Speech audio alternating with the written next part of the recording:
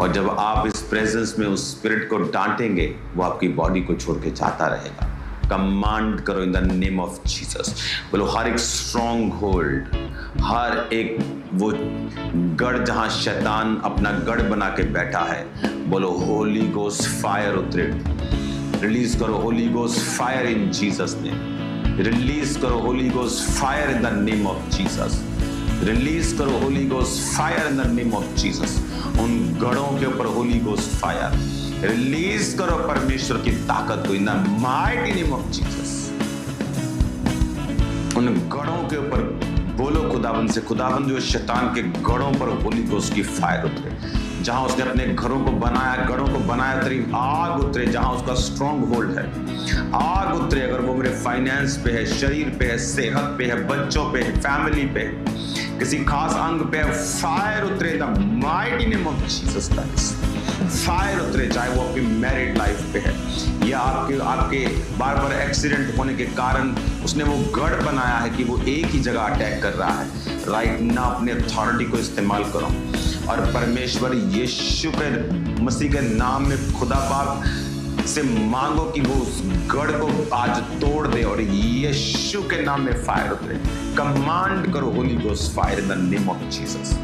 Gurdaspur church, Amritsar church, command करो Holy Ghost fire. Fire command करो, उतरे वो आपके बच्चों के ऊपर से। बोलो कहीं भी शैतान स्ट्रॉन्ग होल्ड ना बना सके, कहीं भी वो गढ़ ना बना सके मेरी जिंदगी में, मेरी सोचों में, मेरे दिमाग में, मेरी नसों में, मेरी लाइफ में कहीं भी गढ़ ना बना सके था। Mighty name of Jesus Christ, in the name of Jesus वो गढ़ ना बना सके। राखरो ब्रोखो सोथ्रो लाम्ब्रो माशाथाराबा साखोंदाना निंग्रियांद्राना बालाकुराबा रंग्रो सोथ्रोबो शिथे लेग्रे क्रेक लेग्रो कोसो लाब्रो माक्रोबा। रिलीज करो, सारे स्ट्रॉन्ग होल्ड टूट जाएं शैतान के सारे गढ़ आपके शरीरों से, आपकी हड्डियों से, आपके पेट से, आपके ब्रेन से, आपकी आंखों से। इन the mighty name of Jesus सारे गढ़ ब्रेक हो। इन द नेम ऑफ जीसस सारे गढ़ ब्रेक हो। इन द नेम ऑफ जीसस सारे गढ़ ब्रेक हो। इन द नेम ऑफ जीसस सारे गढ़ ब्रेक हो। इन द नेम ऑफ जीसस सारे गढ़ ब्रेक हो। इन द नेम ऑफ जीसस सारे गढ़ ब्रेक हो। इन द नेम ऑफ जीसस सारे गढ़ ब्रेक हो जाए, ब्रेक हो जाए, टूट जाए, जल जाए, नाश हो जाए सारे गढ़ शैतान। कमांड करो राइट नाउ आपके फाइनेंस पर जो उसके गढ़ है खत्म हो जाए। जहां भी वो स्ट्रॉन्ग होल्ड बनाना चाहता है, वो आपको एक व्यभिचार का स्ट्रॉन्ग होल्ड कईयों का रखता है कि वो बार बार एक ही चीज के अंदर फंसना चाहते हैं, फंसते हैं या शैतान उनको फंसाना चाहता है। ये उसका स्ट्रॉन्ग होल्ड है आपकी लाइफ के ऊपर। ब्रेक कर दो इसे, ब्रेक कर दो, क्योंकि वो बहुत दुखों को लेके आता है जब आप उसमें फंसते हैं, बहुत स्ट्रगल को लेके आता है, बड़ी पीड़ा को लेके आता है, अननेसेसरीली फाइट्स को लेके आता है, बड़ी चीजें संघर्ष वाली लेके आता है जब आप शैतान के स्ट्रॉन्ग होल्ड में फंसते हैं। कमांड करो वो व्यभिचार का स्ट्रॉन्ग होल्ड ब्रेक हो जाए, वो नशे का स्ट्रॉन्ग होल्ड, वो झूठ बोलने का स्ट्रॉन्ग होल्ड, वो चोरी का, वो पैसे के लालच का स्ट्रॉन्ग ब्रेक कर दो in the mighty name of Jesus. Break कर दो, फायर उतरे उस स्ट्रॉन्ग होल्ड के ऊपर। खुदा को कहो तेरी आग उतरे, जल जाए वो strong hold in the name of Jesus.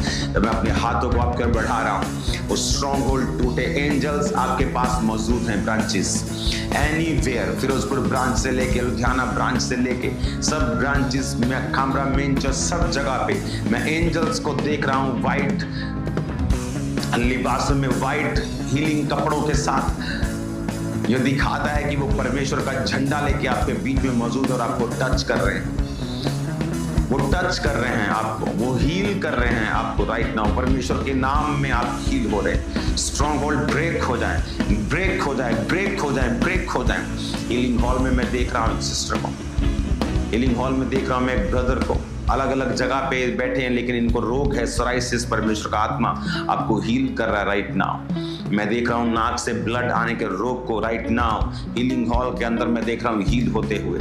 आपको बेल्ट्स लगी हैं, आपको माइग्रेन बेल्ट्स हैं, आपको कोई बेल्ट है, सर्वाइकल बेल्ट है, किसी भी तरह का कोई भी आप लेते हैं चीज, आप वो हील हो रहे हैं राइट नाउ। वो हील हो रहे हैं, आप हील हो रहे हैं right now. Be healed in Jesus. जितने भी आप चीजें लेते हैं, चाहे वो पंप हो, जो आउटसाइड आप डिवाइसेस हैं जो आपकी हेल्थ को सपोर्ट करते हैं, परमेश्वर आपको उनसे आजाद कर रहा है अभी। अगर आप दमे के रोगी और पंप लेते हैं, नाउ भागो भागो भागो भागो, आप हील हो रहे हैं इन the name of Jesus Christ. बहरी गूंगी आत्माओं, सारे स्ट्रॉन्ग होल्ड को यीशु के नाम में तोड़ते हैं और कमांड करते हैं आपकी बॉडी को छोड़ के निकल जाए right now in the name of Jesus. मैं आपको ब्लेस्ड घोषित करता हूं, हील घोषित करता हूं, डिलीवर्ड घोषित करता हूं इन Jesus name. Hallelujah hallelujah hallelujah. Thank you Jesus, thank you Jesus, thank you Jesus, तेरी मर्सी के लिए, तेरे फेवर के लिए खुदावन। Thank you Lord. तेरा कलाम है चिराग मेरी राहों की रोशनी। तेरा कलाम है चिराग मेरी राहों की रोशनी। अपने दिल में मैंने इसको छुपा के रखा है। अपने दिल में मैंने इसको छुपा के रखा है। तेरा कलाम है चिराग मेरी राहों की रोशनी। तेरा कलाम है चिराग मेरी राहों की रोशनी। कितनी अच्छी है अक्ल की बातें, वो मुझे शहद से मीठी है। कितनी अच्छी है अक्ल की बातें, वो मुझे शहद से मीठी है। झूठी राहों से है नफरत, मिल गई राह मुझे सही। अपने दिल में मैंने इसको छुपा के रखा है। मुझे तो ऐसा लगता है, कई बार मैं प्रभु को आज दोपहर बोल रहा था कि प्रभु मुझे ऐसा लगता है कि मैं एक अब प्रचार करने वाली एक मशीन की तरह फील आता है कि 4 से 5 घंटे एक दिन में, वहाँ से जब पास्टर सेमिनार था मैं तब प्रीचिंग हुई, उसके बाद सडनली संडे, उसके बाद फिर यहाँ पर जब पहला क्रूसेड का दिन था तो पहले दिन में हमेशा ज़्यादा जोर लगता है स्पिरिट का, क्योंकि बहुत देर से लोग जो है इस तरह की भारी उपस्थिति में परमेश्वर की नहीं आए होते। बहुत तरह की स्पिरिट्स वो साथ लेके आते हैं।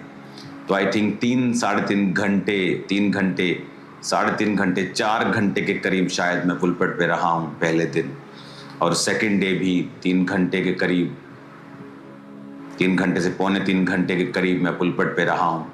ये चाहता हूँ कि आप एक टेस्टिमनी को सुने, और उस टेस्टिमनी को जब आप सुन रहे होंगे प्लीज़ सब डिस्ट्रैक्शन को दूर कर दें। अगर आप अपनी हीलिंग के बारे में सोच रहे हैं, उसे थोड़ी सोच को ख़त्म कर दें।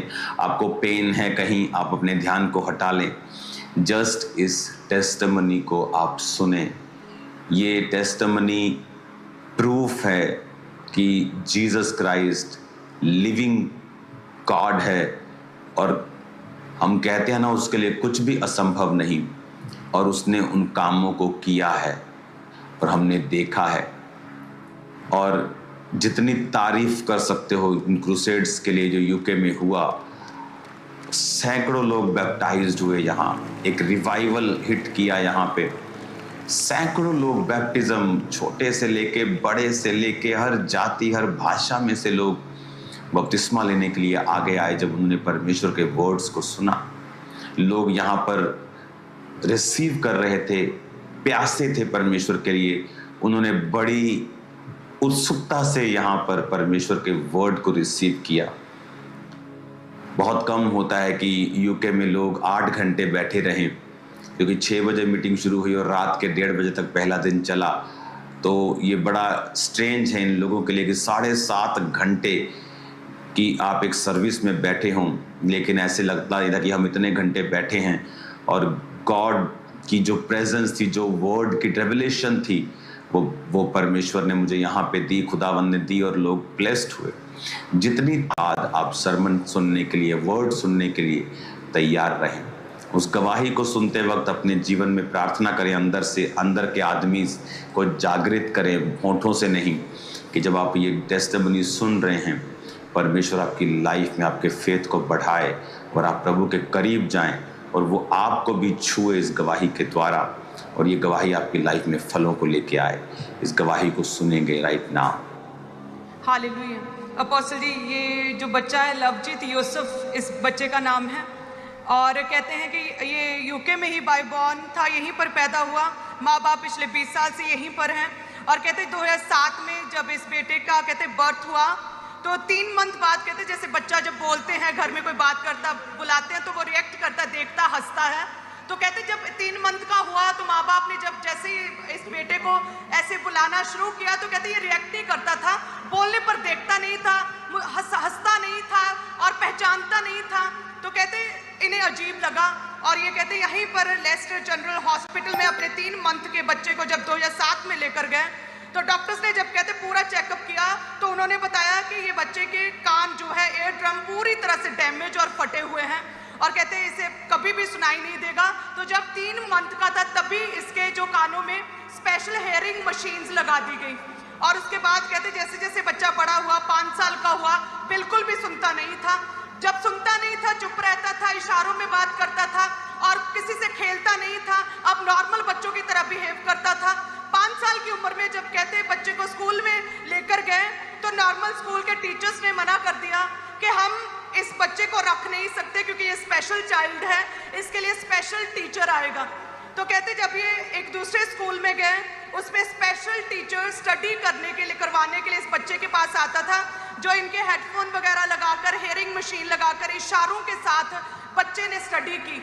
और साथ में कहते हैं इसके माँ बाप भी साथ में जाते थे, क्योंकि एक नया केस था और इनके पेरेंट्स को कोई भी नॉलेज नहीं थी कि इशारों में बच्चे से कैसे बात करनी है। तो पेरेंट्स भी कहते साथ ही बच्चे के जाते थे और वो भी इशारे करना सब सीखते थे, और कई साल ऐसे स्पेशल स्टडी इस बेटे की हुई। और कहते जैसे जैसे बच्चा बड़ा हुआ, इंडिया में फैमिलीज और बाकी के रिश्तेदार, जो जानने वाले लोग कहते थे क्या फायदा इतना पैसा कमाने का, किसके लिए पैसा कमा रहे हो, आपका बेटा तो सुन नहीं सकता, वो तो पूरी तरह से डेफ है, वो तो समझ नहीं सकता, काम नहीं कर सकता, अपना जीवन अपने आप स्वतंत्र रीति से जी नहीं सकता, उसे हमेशा आसरा और सहारा चाहिए, किसके लिए जी रहे हो। लेकिन कहते ये डिप्रेशन में तो रहते थे, डिप्रेस और निराशा में तो रहते थे, लेकिन ये कहते थे अपने मुंह से कि मेरी टेस्टमनी, हमारी टेस्टमनी ऑन द वे है, क्योंकि अंकुर नूरुल्लाह मिनिस्ट्री के साथ जुड़े हुए थे अपोस्टल जी। और ये कहते थे हम प्रभु के दास की तरह अड़े और खड़े रहेंगे, हमारी टेस्टमनी ऑन द वे है। और कहते जैसे ही अंकुर मिनिस्ट्री के साथ जुड़े और 2/7/2024 में यूके क्रूसेड में अपोस्टल जी जब आप आए और आपने जितने भी बहरे लोग हैं उन्हें आगे बुलाया, तो ये बच्चा भी आगे आपने गूंगी बहरी दुष्टात्माओं के लिए स्पेशली प्रेयर की और दुष्टात्माओं को डांटा, और आपने कहा कि आप बहरी दुष्टात्माओं के लिए स्पेशली प्रेयर की और दुष्टात्माओं को डांटा, और आपने कहा कि आप फ्री हैं, आपके कान के पर्दे, कान की बोन्स पूरी तरह से रिकवरी और हीलिंग को मैं देख रहा हूँ। ये आगे था लास्ट यूके क्रूसेड में प्रभु की आत्मा को मैं देख रहा हूँ। ये आगे था लास्ट यूके क्रूसेड में प्रभु की आत्मा ने छुआ, जो बचपन से पूरी तरह से कलीसिया बहरा था और मशीनें लगी थी। कहाँ है मशीनें? मशीनें लगी हुई थी और स्पेशल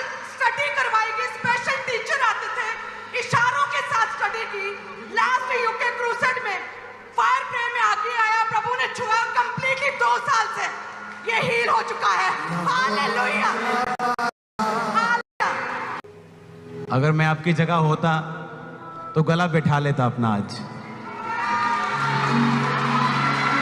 गला बैठा लेता मैं अपना आज। सुनो, आप इनके साथ स्कूल में आपको जाना पड़ता था। हाँ जी, ये जानते सी। मैं ਇਹਦੇ ਨਾਲ ਤੂੰ ਇਹਦੀ ਕਲਾਸ ਦੇ ਵਿੱਚ ਮੈਂ ਬੈਠਦਾ ਸੀ। ਇਹਦੀ ਕਲਾਸ 'ਚ ਤੁਹਾਨੂੰ ਬਹਿਣਾ ਪੈਂਦਾ ਸੀ ਕਿਉਂਕਿ ਇਹ ਸਪੈਸ਼ਲ ਸਕੂਲ 'ਚ ਪੜਿਆ ਹੈ। ਹਾਂਜੀ, ਕੰਨਾਂ ਦੇ ਕਰਕੇ। ਇਹਨਾਂ ਦੇ ਤੇ ਪਤਾ ਕਿਵੇਂ ਲੱਗਾ ਸੀ 3 ਮਹੀਨੇ ਦਾ ਸੀ ਜਦੋਂ? ਉਹ ਡਾਕਟਰਾਂ ਨੇ ਪਾਪਾ ਦੱਸ ਦਿੱਤਾ ਸੀ ਵੀ ਇਹ ਨਹੀਂ ਸੁਣ ਸਕਦਾ ਹੈ ਕਿਉਂਕਿ ਇਹ ਰਿਐਕਟ ਨਹੀਂ ਸੀ ਕਰਦਾ। ਕਲੀਅਰ ਨਹੀਂ, ਇਹਦੇ ਟੈਸਟ ਬਿਲਕੁਲ ਕਲੀਅਰ ਨਹੀਂ ਸੀ ਆਏ ਔਰ ਆਵਾਜ਼ ਸੁਣ ਕੇ ਰਿਐਕਟ ਨਹੀਂ ਸੀ ਕਰਦਾ। ਨਹੀਂ ਕਰਦਾ ਸੀ ਇਹਨਾਂ। ਔਰ ਇਹ ਫਿਰ ਜਦੋਂ ਤੁਸੀਂ ਨਾਰਮਲ ਸਕੂਲ ਲੈ ਕੇ ਗਏ ਹੋ ਉੱਥੇ ਮਨਾ ਕਰਤਾ, ਐਡਮਿਸ਼ਨ ਨਹੀਂ ਦੇਣੀ, ਮਨਾ ਕਰਤਾ। ਫਿਰ ਤੁਸੀਂ ਜਿਹੜੇ ਸਪੈਸ਼ਲ ਸਕੂਲ ਲੈ ਕੇ ਗਏ ਸੀਗੇ ਉਹਦਾ ਨਾਮ ਕੀ ਹੈ? ਸਪਿਨਿਅਲ ਪ੍ਰਾਇਮਰੀ ਸਕੂਲ। ਇਹ ਕਿੱਥੇ ਹੈ? ਇਹ ਲੈਸਟਰ ਹੀ ਆ। ਲੈਸਟਰ ਦੇ ਵਿੱਚ ਸਪੈਸ਼ਲ ਸਕੂਲ ਤੁਸੀਂ ਇਹਨੂੰ ਲੈ ਕੇ ਗਏ। ਹਾਂਜੀ। ਤੇ ਤੁਹਾਨੂੰ ਨਾਲ ਜਾਣਾ ਜ਼ਰੂਰੀ ਸੀਗਾ ਕਿ ਮਾਪਿਓ 'ਚ ਕੋਈ ਇੱਕ ਬੰਦਾ ਨਾਲ ਜਾਏਗਾ। ਹਾਂਜੀ। ਤੇ ਪੂਰਾ ਦਿਨ ਤੁਸੀਂ ਨਾਲ ਪੂਰਾ ਦਿਨ ਹੈ? ਪੂਰਾ ਦਿਨ ਪੂਰਾ ਦਿਨ ਪੂਰਾ ਦਿਨ ਤੁਸੀਂ ਜਾਂਦੇ ਸੀ ਕਿ ਜਾਂਦੇ ਸੀ? ਇਹ ਰਹਿੰਦੇ ਸੀ। ਤੁਸੀਂ ਜਾਂਦੇ ਸੀ ਪੂਰਾ ਦਿਨ? ਪੂਰਾ ਦਿਨ। ਔਰ ਇਹ ਮਸ਼ੀਨਾਂ ਕਿਹੜੀਆਂ ਇਹਦੀਆਂ ਦਿਖਾਈਆਂ? ਇਹ ਹਰੇਕ ਸਾਲ ਮਸ਼ੀਨ ਚੇਂਜ ਕਰਦੇ ਸੀ ਡਾਕਟਰ।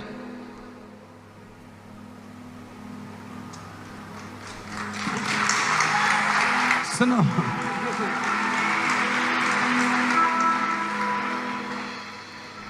और पिछले क्रूसेड ते जो प्रेयर हुई अगे बुलाया सी। हाँ जी, ਤੁਹਾਨੂੰ ਮਿਲੇ ਵੀ ਸੀ ਪਾਪਾ। ओके, थोड़ा सा खाली करना स्पेस।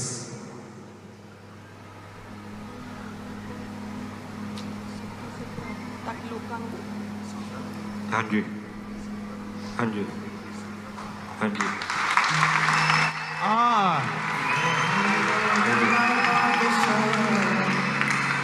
अपना एक्सपीरियंस दस।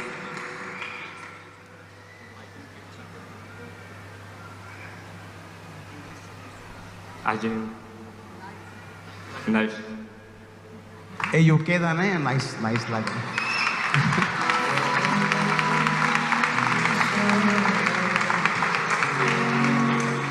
मेरा नाम है लवजीत यूसुफ बिल्ला। लवजीत यूसुफ बिल्ला।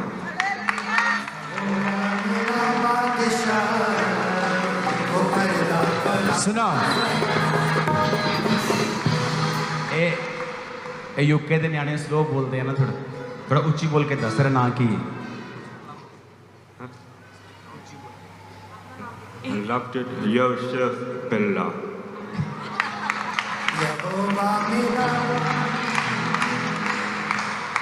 ਤੁਸੀਂ ਗਵਾਹੀ ਸੁਣੀ ਇਹਦੀ? ਜਦੋਂ ਮੀਟਿੰਗ 'ਚ ਪ੍ਰੇਅਰ ਹੋਈ, ਜਦੋਂ ਇਹ ਘਰ ਵਾਪਿਸ ਗਿਆ, ਇਹਨੂੰ ਬਿਨਾ ਮਸ਼ੀਨਾਂ ਤੋਂ ਸੁਣ ਰਿਹਾ ਸੀ ਔਰ ਉਹ ਨਾਰਮਲ ਲਾਈਫ ਪਿਛਲੇ 2 ਸਾਲ ਤੋਂ ਜਦ ਦਾ ਜੰਮਿਆ ਨਾਰਮਲ ਲਾਈਫ ਨਹੀਂ ਸੀ ਦੇਖੀ। ਪੋਜੀਸ਼ਨ ਆਈ ਹੈ ਇਹਦੀ ਕਾਲਜ ਵਿੱਚ। ਹੁਣ ਇਹ ਨਾਰਮਲ ਕਾਲਜ ਹੈ? ਹਾਂਜੀ, ਨਾਰਮਲ ਕਾਲਜ ਪੜ੍ਹਦਾ। ਹਾਂਜੀ, ਨਾਰਮਲ ਕਾਲਜ। ਨਾਰਮਲ ਕਾਲਜ ਪੜ੍ਹਦਾ।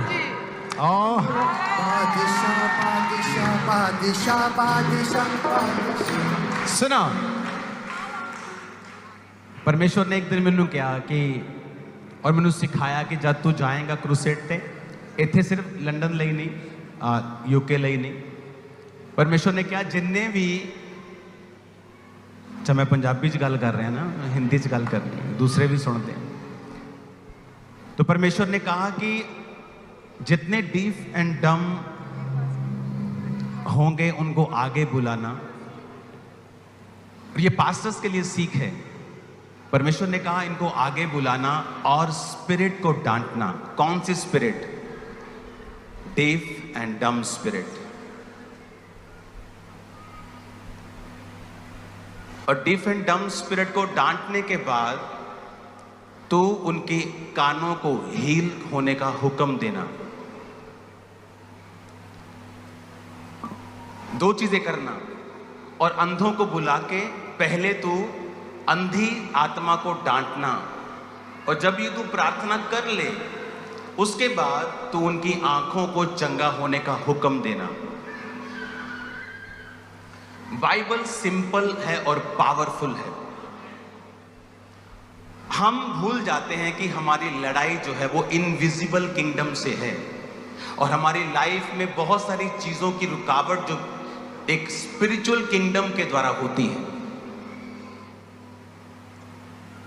हम भूल जाते हैं कई बार। वचन में लिखा है कि परमेश्वर के पास एक गूंगा व्यक्ति लाया गया, और परमेश्वर ने जब गूंगी स्पिरिट को डांटा, वो गूंगा बोलने लगा। अगर डॉक्टर के पास जाता तो वोकल कॉर्ड में प्रॉब्लम है, इसके ब्रेन में प्रॉब्लम है, इसके ब्रेन में वो सुनने वाली नाड़ियां नहीं काम कर रही हैं, सो मेनी थिंग्स। पर उसके पीछे कौन था? अपने पड़ोसी को बताओ, दुष्ट आत्मा। मैंने उस क्रूसेड पे लोगों को बुलाया, मैंने कहा आप आ जाओ, जो अंधे हैं वो आगे आ जाओ। और परमेश्वर ने मुझसे कहा यहाँ एक स्पेशल आदमी है जिसको नाइट ब्लाइंडनेस है, ये स्पिरिट को स्पेशल डांटना। और जब मैंने कहा कि जितनी अंधराता की दुष्ट आत्माएं वो निकल जाएं और तुम्हारी आंखें हील हों, एक औरत आगे कहती मैंने अपनी लाइफ में कभी कलर्स नहीं देखे, मुझे ये भी मालूम नहीं कि ये कौन सा कलर है, लेकिन मुझे दिख रहा है अभी कलर अलग अलग। मुझे पता नहीं है कौन सा रंग, मैंने कभी रंग देखे नहीं है, पर मुझे अब दिख रहा है कि ये रंग अलग है, ये अलग है, ये अलग है, ये अलग है। रीजन, जब स्पिरिट छोड़ के गया। आपको पता है कई जगह बाइबल में लिखा है आप ले हैंड करोगे और द सिक शेल रिकवर, ये भी लिखा है। वो क्यों? ऐसा क्यों लिखा है बाइबल में? मैं आपको प्रैक्टिकल बता रहा हूं, आपको सुनना है। ये पास्टर्स के लिए भी है, उनकी सेवकाई में उन्हें हेल्प करता है। ये मोस्टली पास्टर्स को नहीं पता कि एक्चुअल में राइट वे डिलीवरेंस का और हीलिंग का क्या है। एक मान लो डंडा है और उसे शैतान ने पकड़ लिया है और उसे वो बेंड कर रहा है, ओके? मान लो इसके अंदर एक कोई चीज को शैतान ने पकड़ा और बेंड कर रहा है उसको। तो जब परमेश्वर का आत्मा मुझे कहेगा कि प्रार्थना कर, मैं कहूंगा डेविल इस बॉडी को छोड़ के निकल जा। अब वो डंडे को क्या किया, उसने छोड़ दिया, पर उसने जितना उसको बेंड किया था वो अभी भी उतना ही बेंड है। लेकिन जब आप डिलीवर होते हैं और परमेश्वर को अपना जीवन देते हैं, आपको मालूम होता है कि कुछ हुआ है। पूरी तरह से तो नहीं हुआ लग रहा है, लेकिन हुआ कुछ है। वो डेविल आपको छोड़ के गया है और आपकी कमांड अब उस डंडे को पवित्र आत्मा ने पकड़ लिया है। और जैसे जैसे आप परमेश्वर में, प्रार्थना में, संगति में अपना जीवन बिताते जाएंगे, उससे वो सीधा करता जाएगा। इसीलिए कहा the sick shall recover. Ministry में मेरे हुआ है, कई लोग इंस्टेंट हील होते हैं और कई लोग आके 6 महीने बाद टेस्टिमनी देते हैं कि मैं उस मीटिंग में आया था, मेरी रसौली इतनी बड़ी थी, मेरे को उस दिन वेट खत्म हो गया, मैं घर गया, धीरे धीरे वो निकलती गई और धीरे धीरे धीरे मैं रिकवर होता गया, क्योंकि वो डेविल जो रिस्पॉन्सिबल था उस चीज के लिए वो आपको छोड़ के चला गया।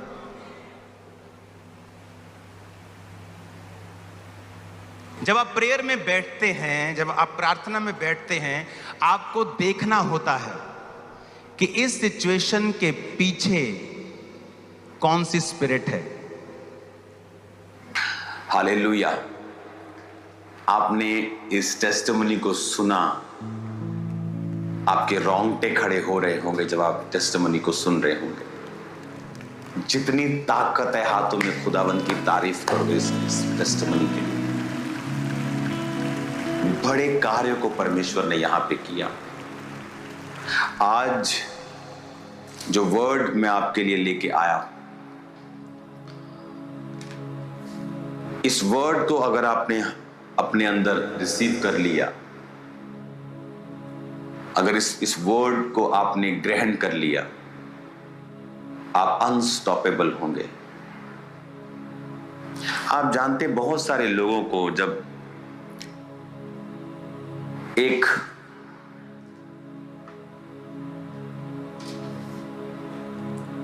वीडियो आपको दिखाता हूं मैं, आप ये वीडियो अभी देखें अपनी स्क्रीन के ऊपर।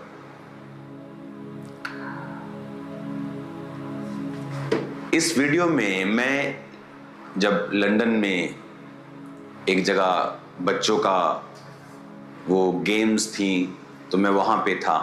तो वहाँ स्पाई गेम्स थी कि बच्चों को कैमरा देखना सिखाते थे कि कहाँ क्या हो रहा है, तो इस टाइप की बच्चों की गेम्स थी वहाँ। तो वहाँ पे एक मशीन मैंने देखी जो एक म्यूजियम की तरह रखा हुआ था, और उस मशीन पे लिखा था कि ये आज से कई दशक पहले जब वर्ल्ड वॉर हुआ करते थे, तो ये एक स्पाई मशीन थी जिसे जो एजेंट लोग होते हैं, जासूस लोग होते हैं, जो सरकारी एजेंसीज के लोग होते हैं, तो वो मैसेज देने के लिए यूज़ करते थे। तो वहाँ पे लिखा हुआ था और मैंने उसकी वीडियो ली, और बड़ी एक अजीब चीज़ लिखी थी कि ये अपने तरह की एक ऐसी मशीन थी कि ये जब कोई जासूस मैसेज, सीक्रेट मैसेज हुआ करते थे, ऐसे नहीं बोलते थे, सीक्रेट वर्ड्स हुआ करते थे, वो सीक्रेट वर्ड्स फिर वो दूसरी जो टीम रिसीव कर रही होती थी वो उसको क्रैक करती थी कि आदमी क्या कहने की कोशिश कर रहा है। तो जब वो भेजता था मैसेज, तो बहुत सारी जो एजेंसीज होती थी बीच में मैसेज को वो भी पकड़ना चाहते थे, वो भी पकड़ते थे मैसेज को। पर ये मशीन ऐसी थी कि इस मशीन का मैसेज पकड़ना करोड़ों में एक चांस था कि इसका मैसेज पकड़े। ये मशीन इस तरह से तैयार की गई थी, यानी जो व्यक्ति इसको इस्तेमाल कर रहा है और जो व्यक्ति इसको रिसीव कर रहा है, जो जासूस इस्तेमाल कर रहा है और जो उसके देश का फौजी उसको सुन रहा है, बीच में कोई व्यक्ति, दूसरा आदमी, दूसरा देश उसको क्रैक नहीं कर पा रहा था। तो परमेश्वर ने मुझसे बात की कि देखो, आज दुनिया में कितने देश ऐसे हैं जो डाटा पे पैसा खर्चते हैं, वो टेक्नोलॉजी में एडवांस रहना चाहते हैं। ऐसा क्यों है कि इन्हीं लोगों ने, ये यूके के लोगों ने, ये जर्मनी के लोगों ने, ये आप पूरी दुनिया में चले जाओ, आपको कौन सी कॉलोनीज मिलती हैं। कई जगह आप देखोगे यूके के लोग वहां राज्य किया, कई जगह आप देखोगे फ्रेंच लोगों ने वहां राज्य किया, कई जगह पोर्टुगीज लोगों ने, पुर्तगाल के लोगों ने राज्य किया। इन्हीं लोगों ने राज्य किया। ये उस समय टेक्नोलॉजी में एडवांस थे, ये आगे रहना चाहते थे। Information is power, knowledge is power, information is power. देखो, एक संसारिक व्यक्ति को पता था कि अगर मैं टेक्नोलॉजी में, नॉलेज में, इंफॉर्मेशन में मैं दूसरे देशों से एडवांस हूं तो मैं उन पे कब्जा कर सकता हूं, मैं उनसे एक कदम आगे रह सकता हूं। आज एआई पे, आज दूसरी टेक्नोलॉजीज पे, आज सैटेलाइट्स पे खरबों रुपए की खोज में वेस्ट होते हैं खरबों रुपया। इतना रुपया कि अगर उस एक साल का बजट निकाल के स्कूल बना दिए जाएं, पूरे देश में 5 स्टार स्कूल्स बन जाएंगे, इतना बजट है देशों का, सिर्फ टेक्नोलॉजी में एडवांस। क्यों? वो वेस्ट नहीं कर रहे हैं, वो मूर्ख नहीं हैं, क्योंकि इंफॉर्मेशन आप दूसरे से ज्यादा समझते हैं, ये आपको आगे रखती है। सोचो, एक इंसानी आदमी, इसलिए जीसस ने क्यों कहा था कि जो अंधेरे के लोग हैं वो ज्यादा चालाक हैं तुम ज्योति के लोगों से, जो तुम अपने आप को क्रिश्चियन कहते हो। क्यों?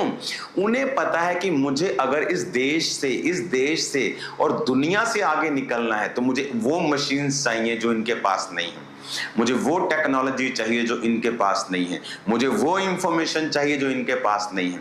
आज कितना डाटा है चाइना के पास, आज सारा डाटा आपका फेसबुक पे है, आपकी इंस्टा पे है, आप क्या कर रहे हो, आप किस पार्टी में गए, आप वहां पे क्या कर रहे हो, आप व्लॉगिंग कर रहे हो, एवरीथिंग वो किसके पास है? यूएसए के पास। वो फेसबुक, वो इंस्टाग्राम, वो सब कुछ, वो डाटा किसके पास है? वो टिकटॉक, वो चाइनीज था, लेकिन वो डाटा किसके पास है?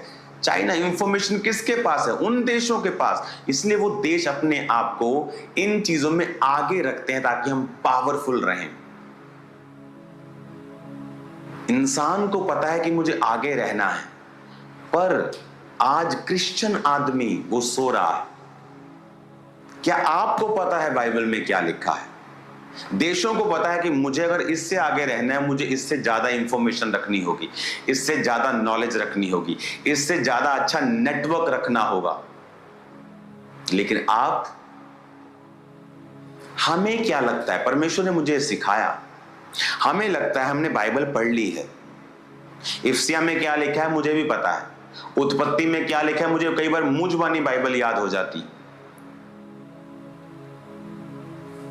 परमेश्वर ने आदम को बनाया, वो गिरा, उसके बाद उसके बच्चे हुए, फिर नूह के बाद वो फ्लड में गया, उसके बाद एक बच्चा उसका श्रापित हुआ, फिर दूसरे श्रापित बच्चे उसके पैदा होने लगे, 2 बच्चों से आशीषित बच्चे पैदा होने लगे। मेरे को मुंह जुबानी याद है, उसी में से फिर आपको अब्राहम नजर आएगा, उसी में से फिर आपको इजहाक, फिर याकूब नजर आएगा, फिर 400 साल वो रहेंगे, उसके बाद यूसुफ के टाइम पे फिर वो 400 साल बीतेंगे, फिर मूसा आएगा, फिर वो छुड़ाएगा, फिर उसके बाद यहोशू आएगा, उसके बाद फिर न्यायियों आएंगे, फिर न्यायी राज्य करने लगेंगे, उसके बाद शाऊल आएगा, फिर दाऊद आएगा, फिर उसके बीच में नबी आएंगे। तो बाइबल याद है क्या हो रहा है, बट इसका मतलब ये नहीं है कि आपके पास नॉलेज है। हाँ, तब भी आपके पास आधी नॉलेज है। मैं आपको सीक्रेट दे रहा हूं आज। जब आप बाइबल पढ़ते हैं,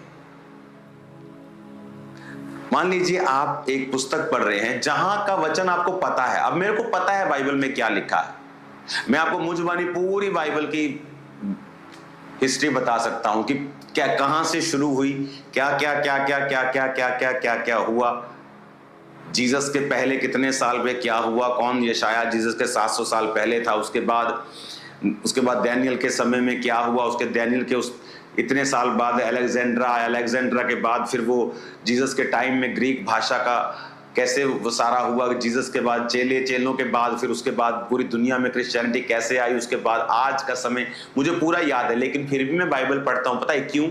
जब आप बाइबल पढ़ते हैं, मान लीजिए आप फिलिपियों की पुस्तक पढ़ रहे हैं, आप यशाया की पुस्तक पढ़ रहे हैं, आप भजन संहिता पढ़ रहे हैं, कई बार वो चीज पढ़ते पढ़ते परमेश्वर आपसे रेमा में बात करने लगता है। आप पढ़ कुछ और रहे हैं, मान लीजिए आप पढ़ रहे हैं एक हीलिंग के विषय में, पर क्योंकि आप डिवाइन सोर्स के साथ कनेक्टेड हैं, सांस पाया हुआ वर्ड है ये। बाइबल कहती है जिस तरह आदम के अंदर सांस फूका गया, वर्ड भी सांस पाया हुआ है, इस पे भी खुदा का जीवन देने वाला सांस है। जब आप इसको पढ़ते हैं ना, आप वो रेवलेशन हासिल करते हैं जिसके ऊपर आपका जीवन निर्भर है। मान लीजिए मैं बाइबल पढ़ रहा हूं, मैंने फिलिपियों की पुस्तक पढ़ी, मैंने पूरे 5 अध्याय पढ़ लिए, फिर मैंने कुलस्सियों की पुस्तक पढ़ी, फिर मैंने थिस्सलुनीकियों की पढ़ी, मैं पढ़ता जा रहा हूं, ठीक है पढ़ता जा रहा हूं, लेकिन सडनली इसी पढ़ते पढ़ते ही स्पिरिट जो है आप पर रिवील करने लगती है। कई बार आपने वो पढ़ा होता है लेकिन इसी विषय में वो आपको रिवील नहीं कर रहा, क्योंकि आप डिवाइन सोर्स के साथ कनेक्टेड हैं। कई बार आपका जो सेम, आप जिस जीवन की परिस्थिति से, दुखों से आप निकल रहे हैं, आप कोई वचन पढ़ रहे हैं, वो सेम, चाहे वो दुख बयान ना कर रहा हो, लेकिन परमेश्वर आपके हृदय से बात करेगा। That's a difference. वो डिफरेंस है जो आप अगर पास्टर हैं, आपको दूसरे पास्टर सेवकाइयों से अलग करता है। अगर आप एक बिजनेसमैन है, वो दूसरे ऑर्डिनरी लोगों से आपको अलग करता है। यही वो डिफरेंस है कि आपके पास जो रेवलेशन नॉलेज है, बाइबल की नॉलेज ठीक है, लेकिन बाइबल पढ़ते पढ़ते